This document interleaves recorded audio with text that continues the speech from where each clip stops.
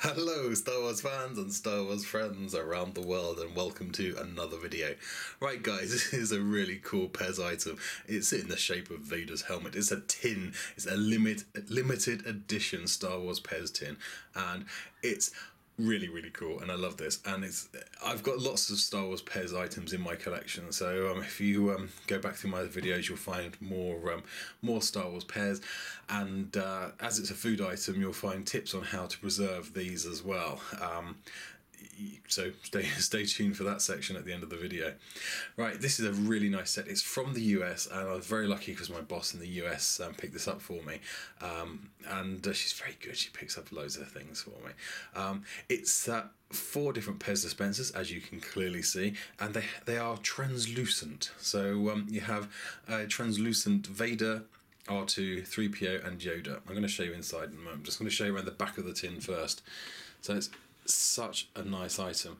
Now, this was sold in the USA, but I did see this for sale. I love the Vader helmet on the back there, and it's kind of embossed as well, so you can feel the different levels there. And on the side there, you have the nutritional facts information. And just put it around there and pop the front off. Alright, I'm going to go close up on these now. As you can see, they look so cool. Something very different. I've never seen individual Pez dispensers like this, so, well, not Star Wars ones anyway. Very nice. Very cool indeed. Now, I do know they were sold in the US, but this particular one I did see for sale in a store. There's lots of stores in the UK that sell US sweets. So I do remember seeing this in one of those stores at I think it's quite a vastly inflated price, but you know, these guys, they've got to import them, they've got to cover their costs, so they will pay a bit more for the pleasure. But right, as far as preserving this, now it's got sweets inside, so if you're going to have this in your collection room, over time the sweets might degrade. I've had Pez in my collection room since forever, since they started doing Star Wars Pez. So over the years, some of the Pez sweets have degraded, so they have gone a bit, the packaging's got puffy, the sweets, some of them have got soggy, and then I guess they must attract moisture, because some of them actually leak sort of like a glucosey sort of goo. So you do not want that in your collection room. You don't want it damaging your packaging. Plus, it's going to, if you have any food items in your collection room, they will attract sort of bugs, rodents, all sorts of nasty creatures that are going to come in and ruin your collection. So my advice is, do not keep any sort of food in your collection room. I've learnt this through my own mistakes. So I've got 3 tips for you to store something like this with the Pez sweets. Right, first tip, take the Pez out and then just display it with the tin and the dispensers. No Pez, no nothing. There's your first option. That's the most simple option. Second option is take the Pez out, put them onto the scanner part of a copier, make sure it's colour, and scan out the packs in one block, just the same size as they are inside of the tin, and then you can cut out that sheet and put that into your tin.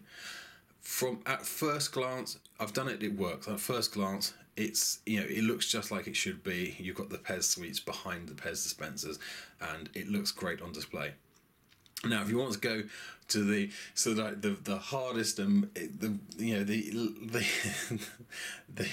way that is definitely not the easiest, right? This is I've used the copying way, and I've also used the final way, which is you take the Pez blocks out. So you take each pack I'm going to refer to as a block. So you take the block out, unwrap it carefully, and then you cut either a block of plasticine or a block of blue or white tack to the same size as the Pez tablets as they make up that same sort of block size, and then repack either the blue or white tack or the plasticine into that packaging very, very carefully. You have to be incredibly careful with the packaging so you don't damage it, and then put that back into your tin. Now, it is the hardest of the three ways. It's very time consuming, but it does work, and if you do it well, it looks like it does right now, and you can't tell the difference. So you have that sort of three-dimensional sort of pack inside that you wouldn't get if you just color copied the blocks as they are at the moment. So it's a great way of doing it. It's, as I said, very time consuming, but you do get the best finish. But the color copy way is great. I've done that before and it works really well. And if you don't want to do that at all, just take them out, enjoy the pairs, and keep the tin if you don't really might not even want the tin. So so do it your way. Decide what you want to do with it.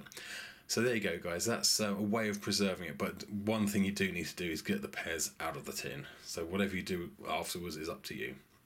Right, guys, as always, do check out my links below, and they will take you to my Twitter feeds and also my Instagram feed. And don't forget to click like and subscribe. If you've got some comments, please, I like hearing from you guys. So let me know what you think. Have you got these? Have you got any that aren't featured on my channel? Show me some stuff I haven't found, and it's great. I love seeing things that I don't have in my collection. So and as always, thanks very much for watching, and may the force be with you. Bye for now.